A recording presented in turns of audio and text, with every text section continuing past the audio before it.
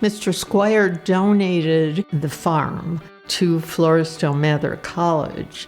When students came into the university, they used to do a big picnic here at the farm. We'd have crab legs, shrimp. The Beta Theta Pi, I was a little sister of that. They sponsored a run to support a brother who was battling cancer. We ran from the Beta House all the way down Fairmount to Squire Valley View Farm. It was about 10 miles.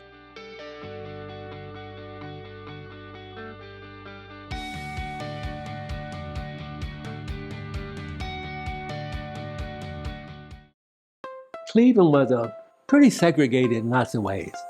Students were afraid to go off campus. They were actually encouraged to not go certain places. President Rigoni was inaugurated the year that I started. I remember going to his inauguration and sitting up there in the nosebleed section of Severance Hall. There was a reception and our RA came running up to us and said, "Hey, if you want to make a few dollars, why don't you guys do coat check?"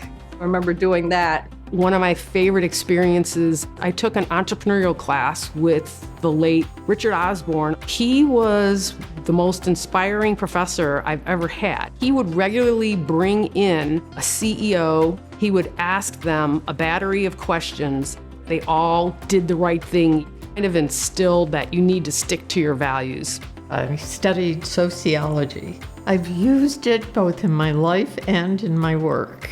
My career and case, I think they really prepared me not only intellectually, but they prepared me to be able to interact in a professional way.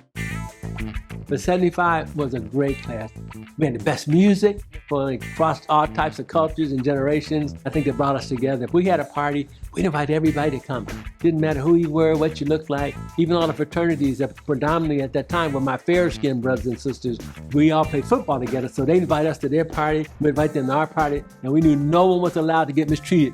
Freshman year, when John Lennon was shot, we were finishing up getting our computer programming class done. And I remember one of my student peers was just devastated. And so he named his program software after John Lennon.